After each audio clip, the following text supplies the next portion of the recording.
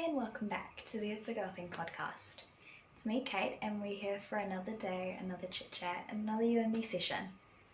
It's been a little while since we've been here all together, so welcome back if you've been here for a while. And if you're new to our little Girl Thing community, welcome. I'm Kate, an 18-year-old girl from New Zealand.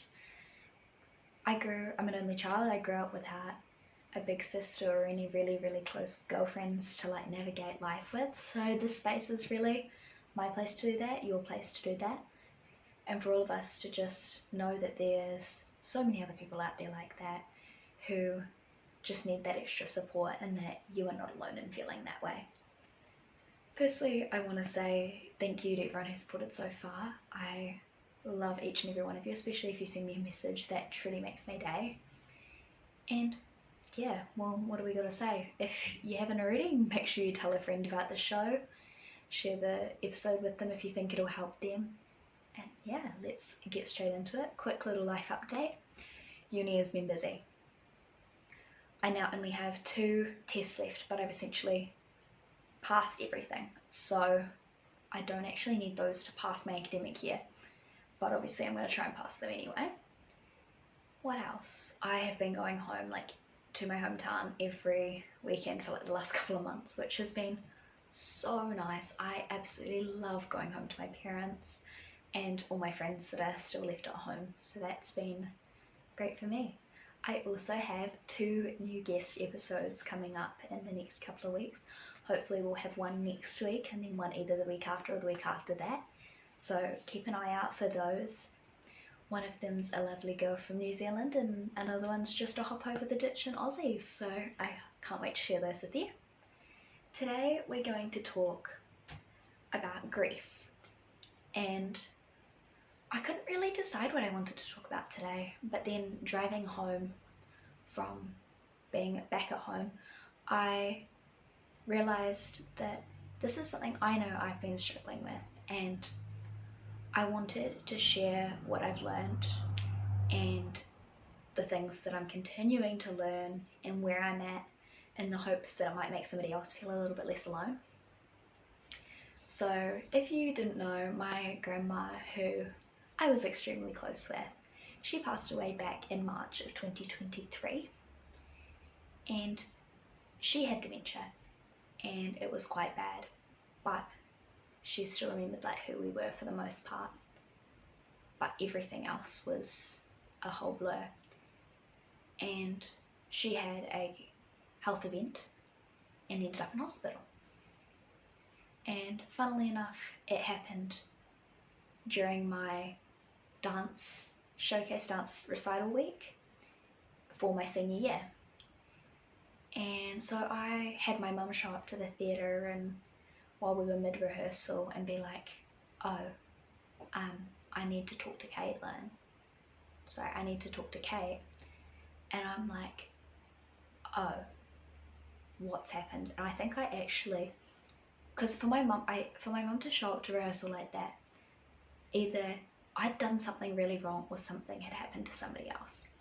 And so she took me out the back and I think I genuinely said, who died? And then she goes, oh, grandma's in hospital.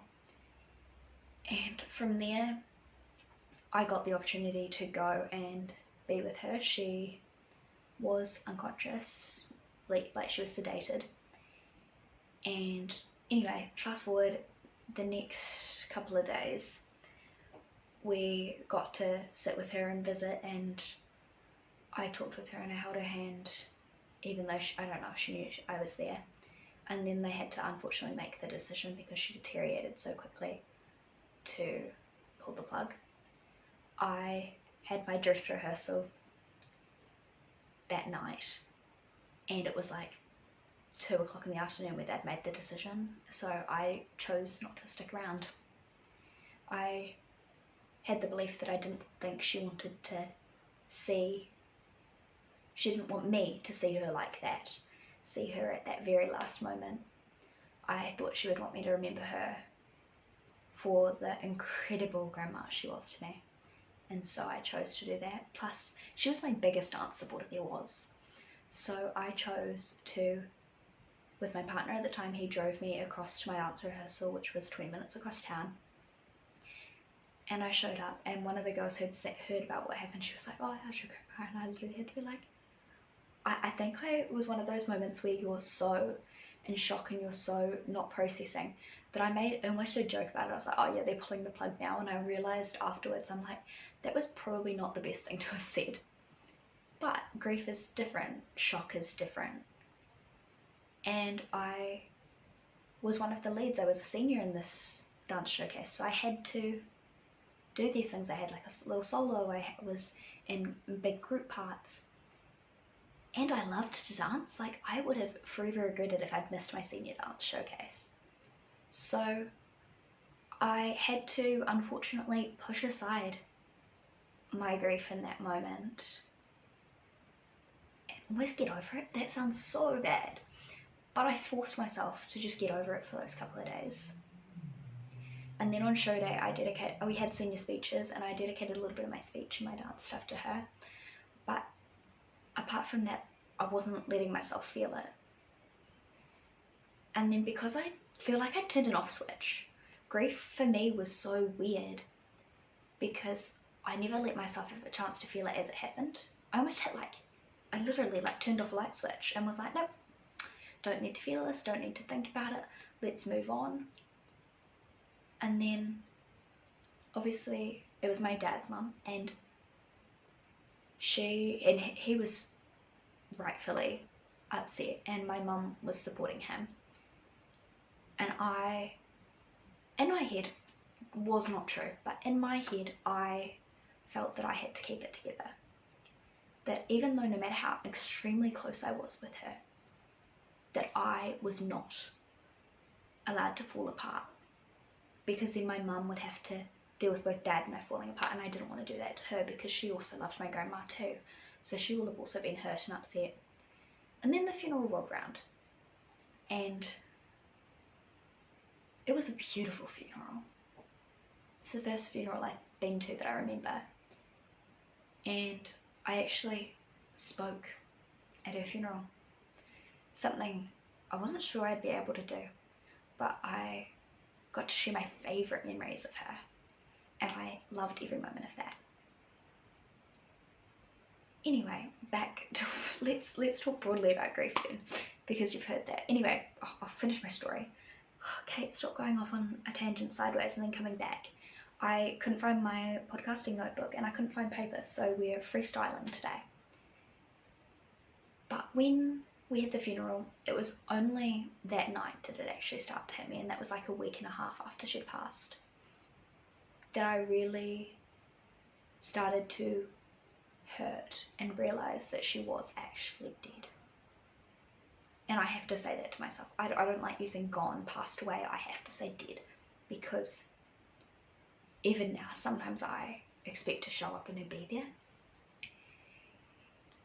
Okay, so grief. Let's talk about it. Like I said, mine was like I turned off an off switch, and then all of a sudden, weeks, like when I think about it is when somebody dies, everybody is so like, oh my goodness, I'm so sorry for your loss. What can we do? How can we support you? Like, you know what I mean? And I'm just going to turn this back on. Oh.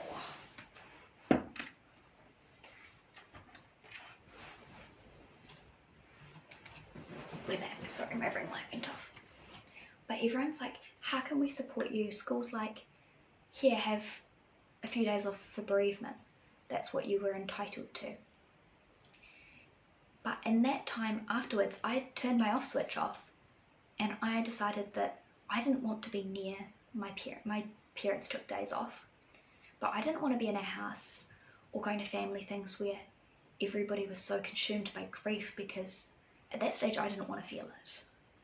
And I think it was because I knew that when I chose to feel it, or when I started feeling it, it was going to hit me like a truck. And it did. And I'm going to be honest, for the first time in years, I after I've talked about wanting to go to therapy for a little while, before that, I had thought about it. I was like, there's things I want to talk about and I need somebody to help work through some things, but I never actually did it. I was, I guess in my mind, too scared. But it was only when I started to feel that grief for the first time and feel guilty for things I didn't need to feel guilty for that I actually went to therapy. And the biggest thing I worked through, which is going to sound so silly, but I also know that people do this, whenever somebody leaves, I always have to say goodbye, I love you, or see you later, I love you. I've always got to tell the person that's leaving, I love you. If obviously this doesn't apply to people I've met once or family friends of people that I don't, things, but family, my close friends, my friends, it's goodbye, I love you. And if I don't say I love you, then in my mind I'm like, something's going to happen and they're not going to have known. But that's so silly, right? They're obviously going to know that I love them because I tell them at other times. I just realised I've been waffling for a little while, so I apologise if I make so little sense, but this is so important to me that I want to talk about for my sake, for your sake, for somebody else out there's sake. Grief isn't linear. Some days it was way worse than others, and other days I was completely fine. That switch was off. And I always come back to this analogy a friend at the time gave me, which was, your grief is this giant big red button. And we all say don't push the big red button, but we're always going to push the big red button. It's always going to get pushed at some point. And when somebody first dies, or when something first occurs, because grief doesn't apply just to death, it can apply to breakups, friendship losses, so many things in life. If you lose something, you can grieve it. But you've got your big red button and it's in a tiny square box. Like there's imagine barely a centimetre or an inch, whatever measurements you want to use, on each side of the button. And you're a little ball bouncing your way through life in that box. And so you're going to hit that big red button a lot. So you're going to feel these overwhelming grieving emotions, whether that's anger, guilt, sadness, loss, whatever part of the grief that you feel, it's going to happen frequently. And as time goes on, your box expands a little bit. It gets a little bit bigger as life continues to grow and move on. And the grief never goes away. It's still that nice big red button in the middle, but you're going to whack it. You're a little ball going through life. You're going to hit that button way less often. So it doesn't mean that you stop grieving a person, a situation, anything. It just means that grieving doesn't take up your whole life anymore. And funnily enough, my box went from big and it got a little bit smaller recently. And that's okay. Your box can get smaller, you can go backwards, especially when situations occur that specifically remind you of a person, whether it's their birthday, whether it's their date, the anniversary of their passing. But for me, my granddad has started seeing someone new and told our family about it and introduced her to our family. And I initially said I didn't want to meet her, and that was okay. My parents respected that decision because of how close I was to my grandma and where I'm at with my grief. And so I didn't go to the dinner my parents went to meet her, and that's great for me. And then we had somebody in my family's birthday dinner, and we went round and there was this lady in the living room of that person's house. And I just assumed she was a friend of my aunt and uncle's. And it was quite funny. Somebody was like, oh, have you guys met before? And I was like, oh, no. So she said hi, gave me a hug, as you do sometimes with friend people. And then later in the night, my mum arrives a little bit late from work and she says to me so quietly, she goes, I'm really sorry. And I go, what? What do you mean you're sorry? She's like, I'm really sorry, I didn't know she'd be here. I'm like, what? Who? She's like, such and such, granddad's new. And I'm like, what? I was like, you're telling me I just, in my mind, hugged my grandma's replacement. And she was like, oh my gosh, you didn't realise. And I was like, no, I didn't. And I was like, oh, you shouldn't have told me that because now I'm going to go cry. And then unfortunately I did. I went outside and I had a whole grief I call them episodes because it's like a whole breakdown, and I actually had to go home. I drove myself home. And that was okay. Unintentionally, I did what I didn't think I could do. And then I've been to 2 things with her since. I don't love that she's around, but I'm learning to accept it and realise that this is life now. And just because she's there, it doesn't mean that my grandma has been replaced. What else? What else is there to say about grief and my grief journey? Some days will be wonderful, and some days everything will remind you of the person or the situation. And whatever that may be is okay. Whatever feelings you have in your grief situation are normal. Because you know that whole thing, everyone's unique. Everyone's grief is going to be unique because we're all unique. It's like how everybody's sad in different ways. Not everybody experiences the same emotions. Not everyone gets excited over the same things. Grief is the same. And there goes the saying where it's like, to love is to have lost, or to have lost is to have loved, or something crazy along those lines. And essentially it's just saying that when you love people, when you love somebody or something so much and you lose it, you're going to grieve. It's gonna hurt, it's gonna cause pain. But if you didn't love that thing in the first place, that person, that situation, then for it to have gone, it wouldn't have hurt at all. So you've sometimes got to look at it as a blessing, to know that for the time that situation, that story, that person was in your life for, you got to love them. They got to love you. And even though it's over now, doesn't mean that that love was any less great or any less important. So I want you to remember that your grief is your journey. Nobody can tell you how fast to get over it. Nobody can tell you when to feel, how to feel, and how to grow. And it's important to tell people around you when you're still grieving. And my biggest thing was that I felt like I was the only one left grieving her. And then something happened and I found out that really I wasn't. And some days I do still feel like I'm the only one who grieves her and thinks about her and does this. But then I'm like, if I feel like that, somebody else is going to feel like that. So it's okay to still grieve them. It's okay to still grieve it. Just take it one step at a time, one day at a time. Get to the top of the roller coaster. Realize that it's got to drop a little bit because there is always a top point. But I just want to say I am so proud of you, wherever you're at, whether you've experienced grief here or whether you're listening to this, so that you know maybe some foreshadowing of what it may end up being like. But it's so important that you take care of yourself in that time, and it's always important that you take care of yourself.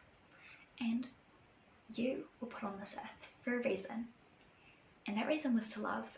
And if you're grieving, you've done just that. So I am incredibly proud of you. I'm proud of you for loving. I'm proud of you for giving yourself to a situation or a person. And I am just so proud, and I'm so hopeful that even after the pain of grief and loss, that you continue to put yourself out there. Don't shut yourself away. I love you always, and you're always welcome here. I hope you join us next week for a new episode, or if you like a little bit of gossip, confessions, and all the things in between, check out Coco Confessions on Wednesdays. And yeah, don't forget, if you know somebody who has lost somebody or might be grieving, share this episode with them, see if it helps, or listen to it and all the way through hopefully, and see if it helps you understand what they're going through. But yeah, I love you, and we'll see you next week. Bye my lovelies.